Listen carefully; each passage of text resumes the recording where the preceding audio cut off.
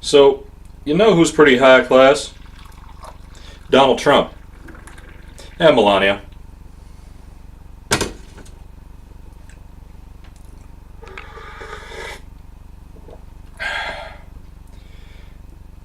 In the literal sense, is what I'm saying.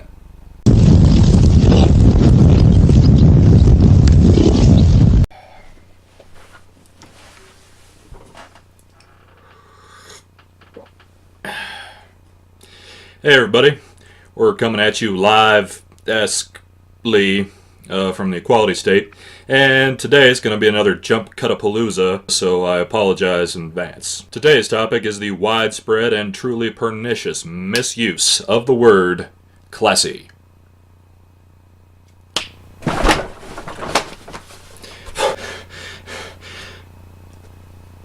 Stranger things have happened.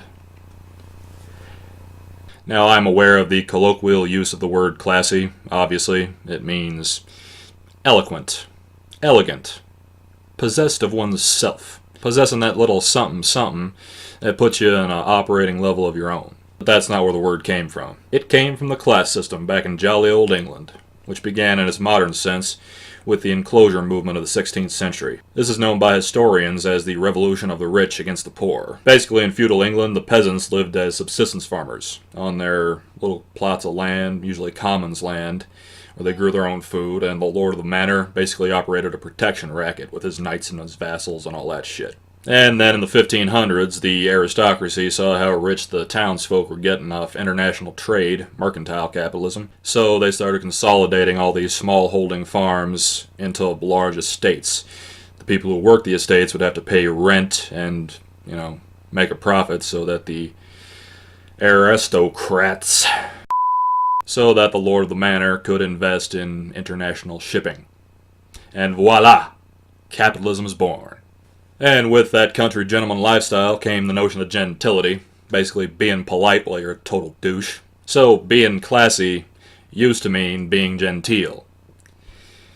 Then America happened. The Industrial Revolution came along and that whole fantasy went to shit. Then high-class living began to take on different connotations, ones of excess, overindulgence, bacchanalia. Progressive leftist tanky postmodernists trying to be all authoritarianismistic.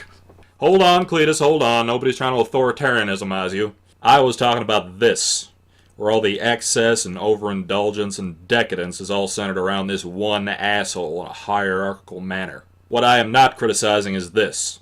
A bunch of fun-loving, fabulous people gathering in the public square to say we're here, we're queer, get used to it.